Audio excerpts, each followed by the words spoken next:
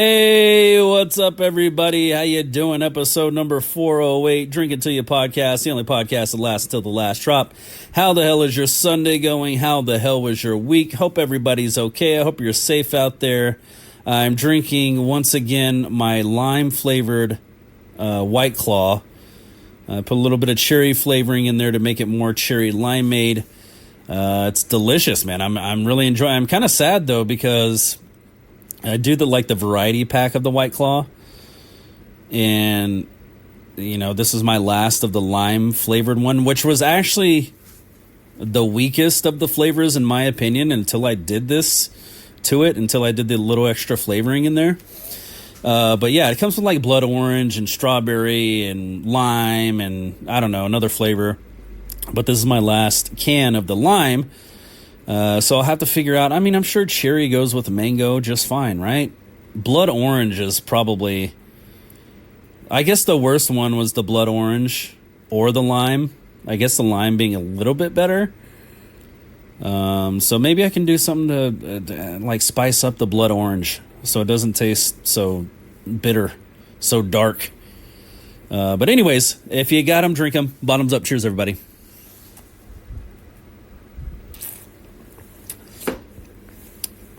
All right. Tons to talk about, man. There's some NBA stuff going on. We'll get into that. UFC was last night. All the hockey I can handle over the past week. It's been great. I've been trying to keep up as much as possible. What else? There's conspiracy I'd like to get into this week. I don't know if I have enough time.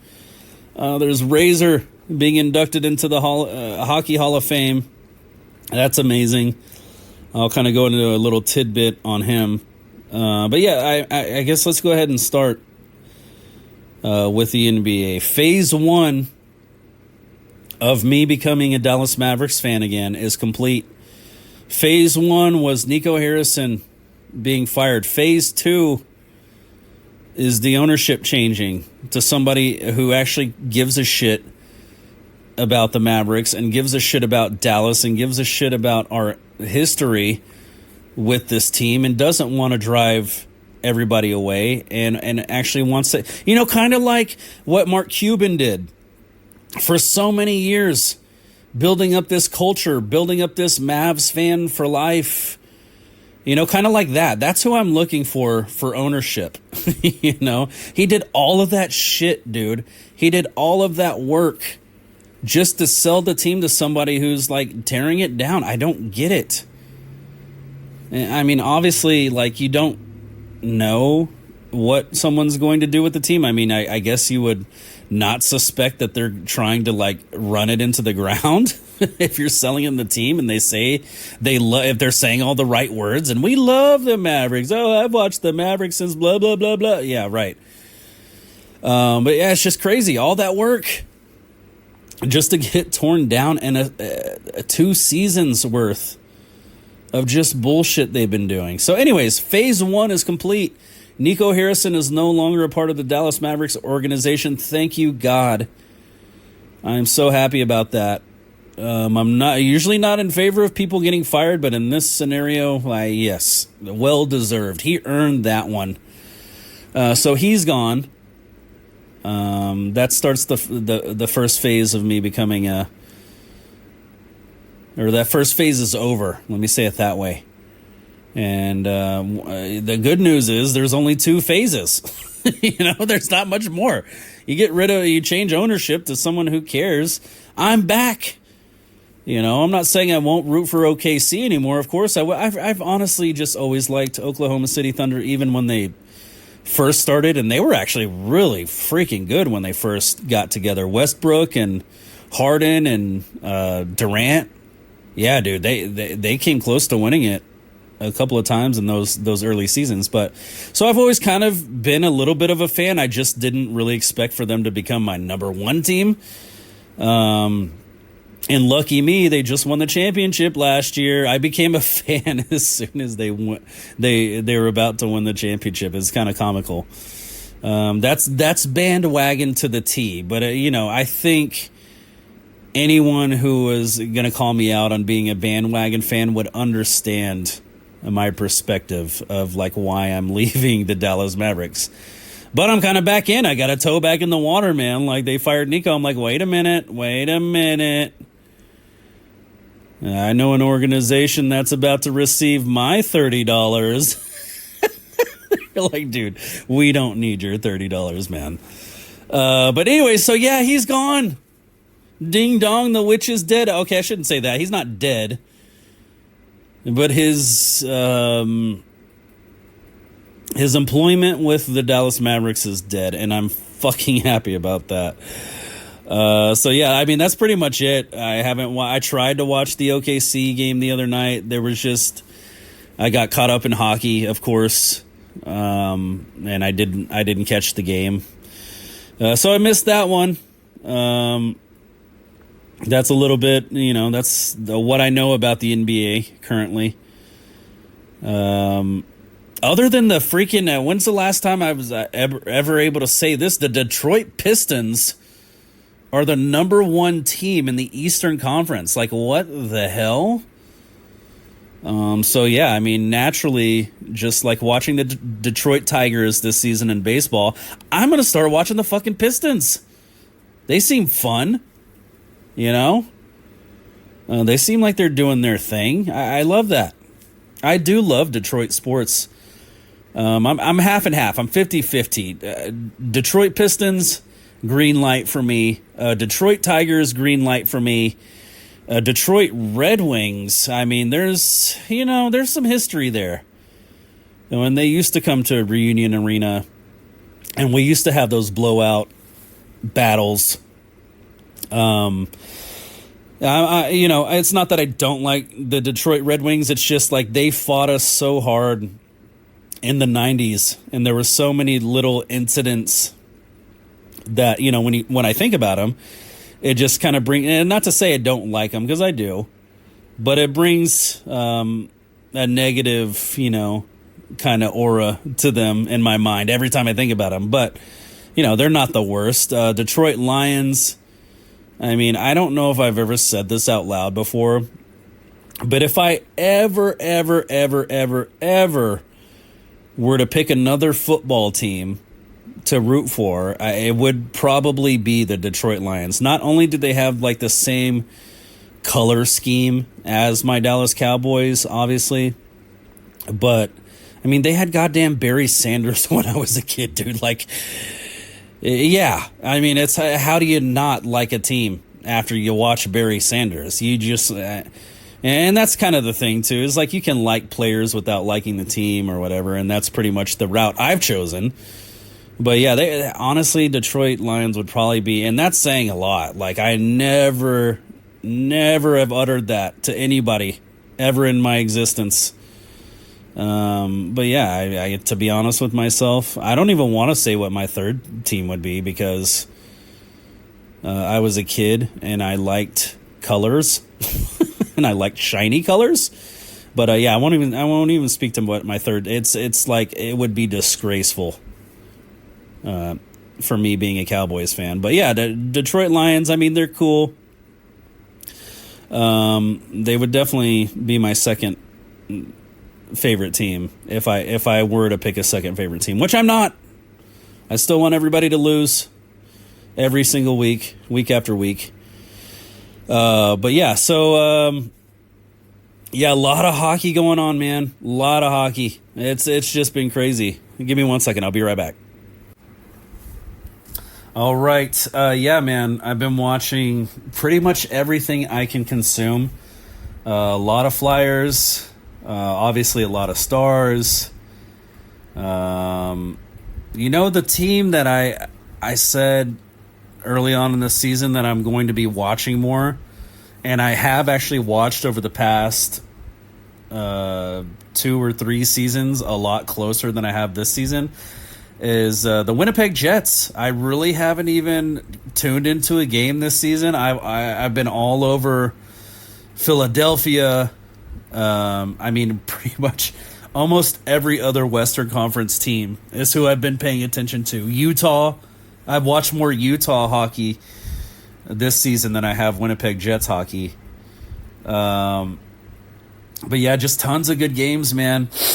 It's kind of funny. The Flyers the night before they played the Stars. Just a great comeback win again for them. I was telling you guys last week about how they keep getting the game-winning goal, but it's like offside. Every time they, like the last 2 times I've watched, it's like they have the game-winning goal. I'm like, good job, Flyers. They won the game. And then I switched the channel, and then I'm looking through Twitter, and Twitter's like, overtime's over for the Flyers and so-and-so, and we're headed to a shootout. I'm like, wait, what? Then I have to like backtrack and be like, wait, they didn't win the game? Dude, it's been wild, man. It's been a wild couple of weird endings to games for the Flyers this season. So yeah, they do the comeback kid thing, and they win their game before they face us, and then they come in and face my Stars, and they just get destroyed.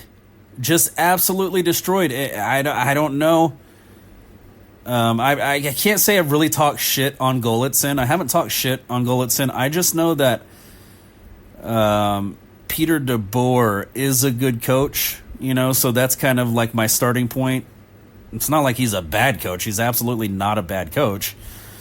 But I've been kind of playing with that idea of like, we gave up DeBoer, we got Golitzin, we weren't doing so great there for a stretch of the season early on.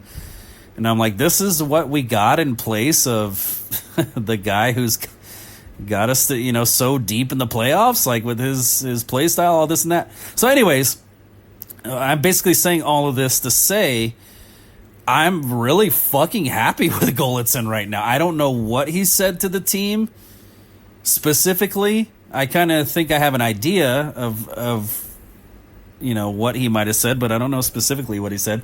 But basically, like, we've been doing this thing. We've been doing that comeback kid thing for so long with the Dallas Stars, where it's like we'll get down 2 goals, but then we end up winning the game like 6-4 or something. It's like, dude, why do we have to get punched in the mouth before we start playing our style hockey? I just never, and this isn't just like a this season thing. This goes back probably 5 to, I don't know, let's just say 5 seasons to keep it reasonable. But this goes back that far. Is like, we always play better after we get smacked around a little bit. And it's like, it shouldn't take that. So that's kind of the thing that Golitsin's been saying to the team is like, we got to make it easier on ourselves, man. Like, if we can score, then let us be the first one to score. You know what I mean? And like I said, I wasn't in the room to hear the speech, but I have to imagine it's something like that. Just not making it so damn hard on ourselves where we have to come back every single game. You know what I mean? If we play that way from the start, the way we end the game, then we won't have any problems. And so after that was said, we play Montreal, and we just absolutely 7-0. If that tells you anything, we just came out and did exactly what Golitzin was saying. And this, by the way, and I know it's early on in the season, we beat the first place team in the Eastern Conference 7-0. You know what I mean? Like, that's a statement game right there. So I don't know what he said, but I'm happy for it. Because the last 2 games we come out and we smash the Canadians, and then yesterday we come out and we handled the Flyers pretty well. We didn't beat them 7-0, but we handled the Flyers. You know what I mean? And the Flyers are a pretty good team. They're about a mid-range team, and they've been playing really well. So that just goes, I don't know what the block was before, but if we can keep that kind of like free flow going with like our creativity as a team and our play on the ice and stuff, if we can keep that going, dude, we're super dangerous, man. And I said this last week, man, all the weapons they've added to this team over the years, I know that's exactly what Jim Nill is thinking. He's like, dude, our top 3 lines are stacked.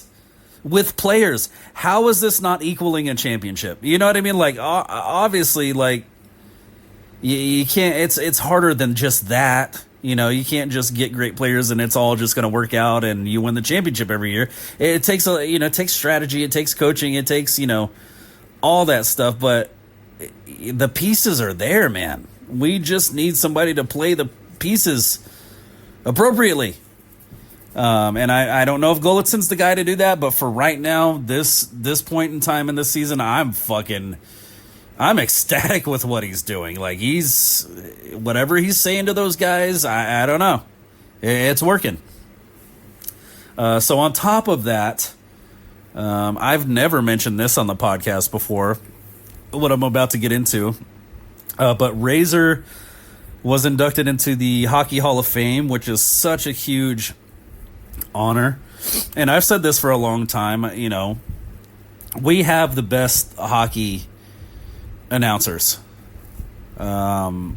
Razor, more specifically, he's the best. Like, I know there's been so many good, broadcasts in the past, so many famous voices, the Harry Careys, and, but this guy, for my money, from me growing up here in Dallas, this is the man. Daryl Razor Ray is just he's been a huge inspiration to me. And this is the part that I've never said out loud before. But even for me starting this podcast, I don't know, you guys don't know this, but he was a huge, influence for me wanting to even do this in the first place. Just for the fact that, I love what he does with his time that he has on the mic. And I'm definitely not saying, this compares to, I could never be at the broadcast level that Razor is at. You know what I mean? My podcast isn't even close. You know what I mean? But I still took inspiration and still continue to take inspiration from Razor. Just listening to him over the years, just the way he phrases things or the way he frames certain things happening. It's like, dude, I love that because that's like playing guitar to me. You know what I mean? You can improvise all day long if you want to. You know what I mean? And that's exactly what he's doing. It's almost like improv comedy, except he's got sports players to watch and, commentate on what's happening with them. But he takes that and artistically changes it into something funny or something thoughtful or something maybe you haven't thought about before, and it helps that he's, he was once upon a time a Hartford Whaler, a goalie for the Hartford Whalers, backup goalie. It helps that he actually played, to kind of see these things before maybe the average viewer can see. But yeah, man, I just wanted to get on here and say and have a toast to Razor, man. Congratulations on making it to the Hockey Hall of Fame. That's the crazy thing is he doesn't even know the amount of people he's influenced just by doing what he's doing. He influenced me heavily. I've always thought about being a sports commentator or something like that. I was like, how fun would that be? Get to travel around, follow the team, get to know the guys, comment on the game, I think that's fucking badass. So with that said, that's a lot of the inspiration that I used to start this podcast. I don't have to really think on my feet and watch players doing something and then relay it to you guys. I don't have it that hard on that level. But yeah, just so it's known, so it's out there, so it's on recording. Razor was a huge part of me starting Drink It Till You podcast, and he doesn't even know it. You know what I mean? It's amazing, man. I'm so happy for him. I'm so happy he's in the Hall of Fame now. It's fucking crazy, man. And he has all these Razorisms too. I'll just give you two of his most recent, just from watching the game, which actually fucking cracked me up, dude. So There was something the other night that happened with Bishel after a play. Bishel got in a scrum with someone, as he's known to do, which I absolutely love. And the refs, after the fact, are obviously on the ice. They're trying to sort it out.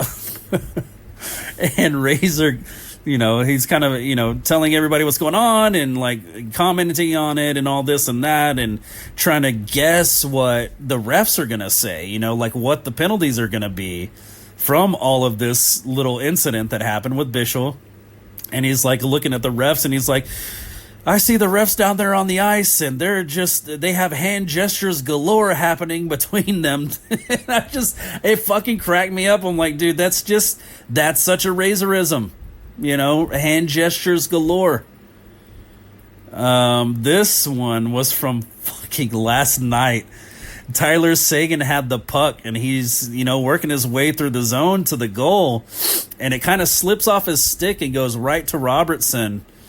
And Robertson just buries it. Robertson scored a hat trick, by the way, last night. Throw your hats. But yeah, it kind of slipped off his Sagan's stick, and I'm totally using this from now on. Razor called it an accidental. I've never heard that before. He's like dangling, not Razor. Sagan is dangling through the zone. But once he actually lost control of the puck and it slid to Robertson just by chance, he called it an accidental. I fucking love that. And it had me cracking up. I had to write it down. I'm like, dude, there's another Razorism. This is why he's being inducted. This is why he's being conducted into the Hockey Hall of Fame. No, I'm just kidding. And by the way, too, on top of it, a special, place in my heart, freaking Ralph Strangis was on the broadcast last night with Razor. You don't know how happy that made me to hear last night. You don't know. You can't even understand how, nostalgic and, filled with pride and, how amazing it was. It was almost like a tearjerker moment. You know what I mean? Because these two guys who had spent so many years together on the Dallas Stars broadcast are now together again. And not only that, but Ralph Strangis started calling the play for the next couple of minutes, which was dude. And obviously Razor was doing the color commentary when Ralph would take a break. I was like, dude, we had, and I'm no shade to Josh Bogorad.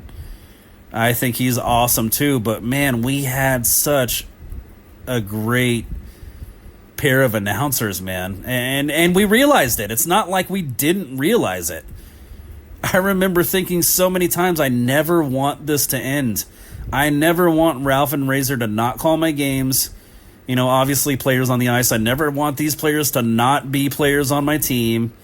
People get older. People have to retire. It's just, I'm wishing for unrealistic things. But it was because those times were so special. Ralph's voice rings in my head anytime I think about the Stars winning the Cup.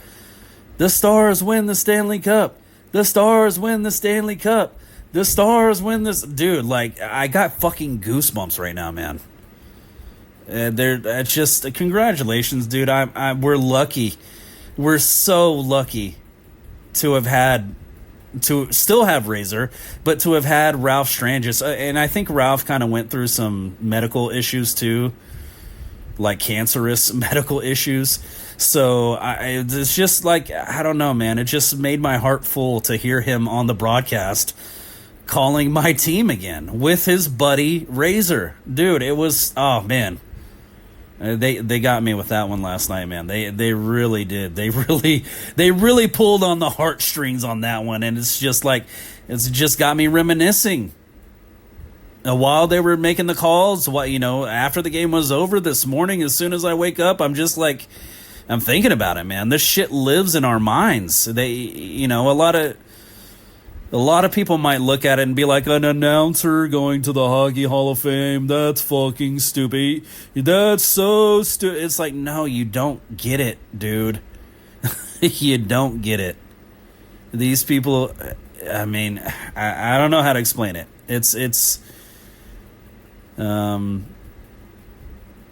They have the highest honor You know what I mean? Like in my book, as far as the Dallas Stars are concerned. You know, they're up there with the Mike Modanos and the Yuri Letninens and the Sergei Zubovs and the Darian Hatchers and the Pat Verbeeks and I could go on Daryl Sadors and the Craig Ludwigs and the Guy Carbonos. Like, I could go on and on.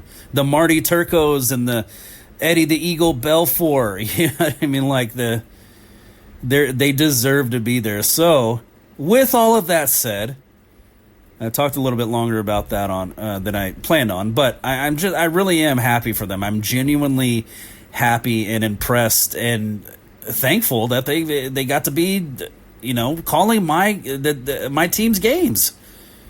You know, so with all that said, if you got them, drink them, bottoms up. This toast is to Razor and Ralph. For my money, Razor's the best fucking announcer Dallas has ever had. Cheers, everybody. I know Babe Laufenberg wouldn't be happy about hearing that, but I also don't think Babe Laufenberg gives a shit what Chris thinks. So anyways, moving on. Oh my God. 26 minutes in.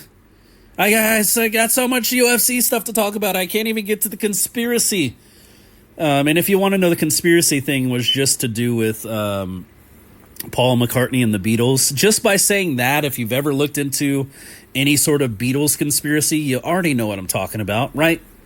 So anyways, let's do the UFC. 322 last night. What a great event. Wei Li, the Chinese fighter, she did not come out on top. I was really, really rooting for her. I love her attitude. I love her just personality. I love her fighting style. I love how tenacious she is when she's in there. She just couldn't do it, man. What's that lady's name? Shevchenko?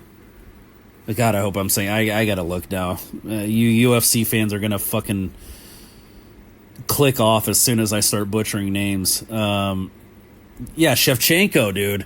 That chick... I mean, there's not a lot of women I would have to feel on this earth that could beat Shevchenko's ass. You know what I mean? Like, I know she has a loss. She has a couple of losses on her record. Those were not ass beatings. Those were, you know, you gave up your back. I got you in a guillotine. I choked you out. And that's, you know, you'll never make that mistake again. Those are learning lessons, you know.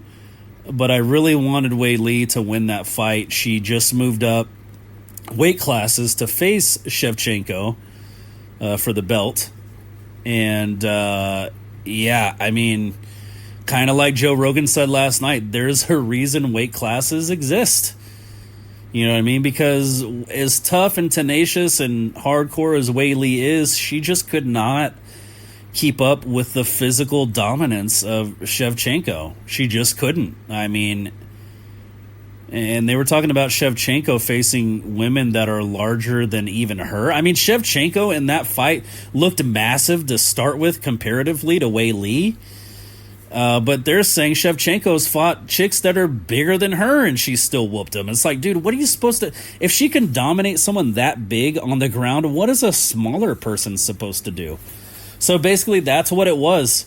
That was Shevchenko just dominating on the ground, dominating on the feet. I mean, Shevchenko's Muay Thai, honestly, like before the fight, they were showing some of her shit, some of her fights before, and I was like, I'm worried for Wei Li now at this point because her Muay Thai is ridiculous. You go back and listen to that fight, listen to the body kicks, dude. Those things explode with power on Wei Li's gut. You know, she's a dangerous bitch, bro. I'm not even saying that to be, like, disrespectful. She's a dangerous ass bitch. And she's so fucking nice, too. She's super nice. When they were interviewing her, I was like, oh, she's such a sweet lady. Like, what the fuck? She just beat the fuck out of Wei Li for the past 25 minutes, but she's so nice. That's that whole fucking, what's that thing? The Wonder Boy Thompson kind of thing. You know, he's such a nice guy. and very like you wouldn't expect him to be a fucking badass, right? You just think he's some nerdy fucking dad. Same thing with Shevchenko. You just think she's some nerdy fucking mom and with her fucking 12 cats and all this. But dude, you piss her off, she's gonna fucking kick the shit out of you. That was a great fight. Weili, I just want to say, man, even though you lost the fight, you're still a fucking champ to me, man. To even dare to go up in weight class and fight as hard as you did, she didn't get knocked out. She didn't get submitted. It had to go to a decision. That's admirable to me. You know what I mean? That's fucking amazing. I'm so happy. She even tried. She dared, like they said on the broadcast, she dared to be great. I can't hate on anybody who dares to be great. Fuck that, man. You gave it your all. So, yeah, Weili loses that one. The main event, Makhachev,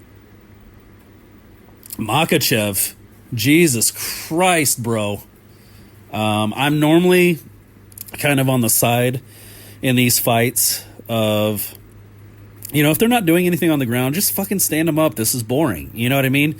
But in Makhachev's case, I was not bored that entire fight. And I love what he does, you know, and they were talking about how, you know, he's so good on the ground and he's so good at like shooting and grappling and stuff that opens up his striking game even more, because everybody's thinking you have to do a certain thing. If someone's really good at taking people down and getting them on the ground and, you know, doing all that shit to them, you can't fight them the same. You have to stay at a certain distance. It's probably better to throw certain kicks rather than punches. That way you're not too close. You got to have your hips in like a certain position to avoid takedown. It's a whole thing, man. It's a whole strategy. And they play, him and his team, Makhachev, they play it perfectly to a T. It's like a Rubik's Cube to them, dude. Like, that's what I see. It's like when they're on the feet, it's like they're twisting the cube and trying to get all the colors to line up. And then, you know, the opponent does something. Okay, well, we got to twist the cube this way to make it line up now that he did that. Okay, now we're on the ground. Oh, well, he moved his arm this way, so I got to twist the cube to make it go to this certain. Oh, but he just moved body position. Okay, let me twist the cube this. It's like they're always just... It's chess, you know what I mean? You make a move, they're 2 steps ahead of you. You make another move, they're 2 steps ahead of you. You make another move, they're 2 steps ahead of you. They know where you're going with your move, therefore they know how to counter, and they know what to go to next to put you in the most... It's brilliant. It's fucking brilliant. and you know, and I didn't take Makhachev, his post-fight interview, I didn't take that as him being cocky either. He literally said, every opponent that comes in here against me knows exactly what I'm going to do, and they can't stop it. That's utter, pure fucking dominance, bro. You know what he's going to do, and you're not going to be able to do a fucking thing about it. That's insane, dude.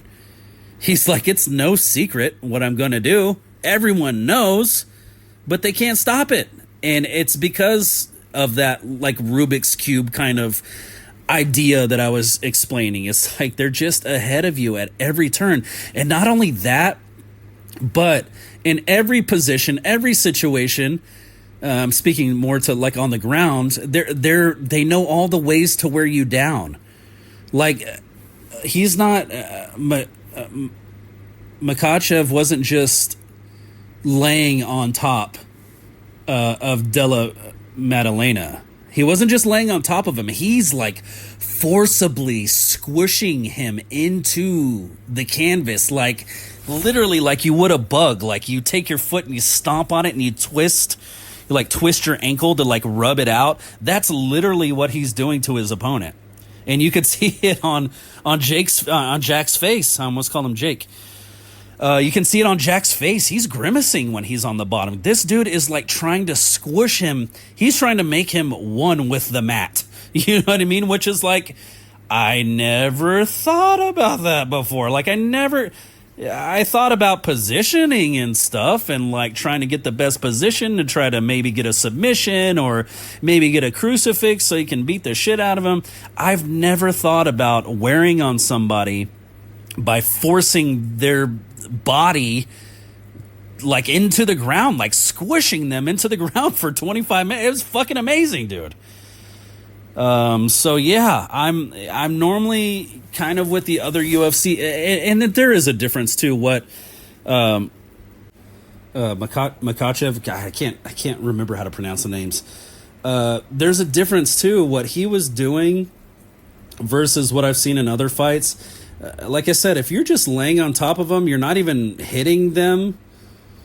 You're not even like trying to move for a submit. That's the time to stand him up. I did not feel that way during Islam's fight last night. There was not a single time when he was on top of Jack where I was like, this is boring. No, he was working the entire time. And that I don't stand him up at that point because that's fighting. You know, if they're going to lay on each other, stand them up. This is boring. If they're going to work the entire time as he did, I am all for it, and I absolutely love the strategy. It was great. The Morales versus Brady. I've never seen Brady get beat up like that before, but Morales is a fucking monster, man. He's huge. I can't believe he's that size in the welterweight class, you know? So anyways, I didn't get to a lot of the topics this week. There's so much shit going on. But that's where I'm going to leave it for now. Check out my YouTube shorts, man. I'm having such a great time with these Red Dead Redemption shorts and like editing the videos and trying to make it, you know, look good and all this and that. I'm having a great time. So go check me out on YouTube at Drink Until You Podcast. Check me out on Twitter at Drink Until You. You can always write me if I say something stupid, which is a weekly occurrence, or something wrong, which is also a weekly occurrence. Please write me at drinkuntilyouPodcast@gmail.com. Tell me where I was wrong. I would love to hear it, and I will always correct myself because, you know, I want to put the truth out there, mostly what I perceive to be the truth. So if it's wrong, just let me know. But as always, don't drink and drive. Treat yourself to an Uber. Treat yourself to a Lyft. Treat yourself to a Waymo. Let's go ahead and have our last drink of the episode. If you got them, drinking bottoms up. Cheers, everybody. And I will talk to you all next week. I love you all. Bye.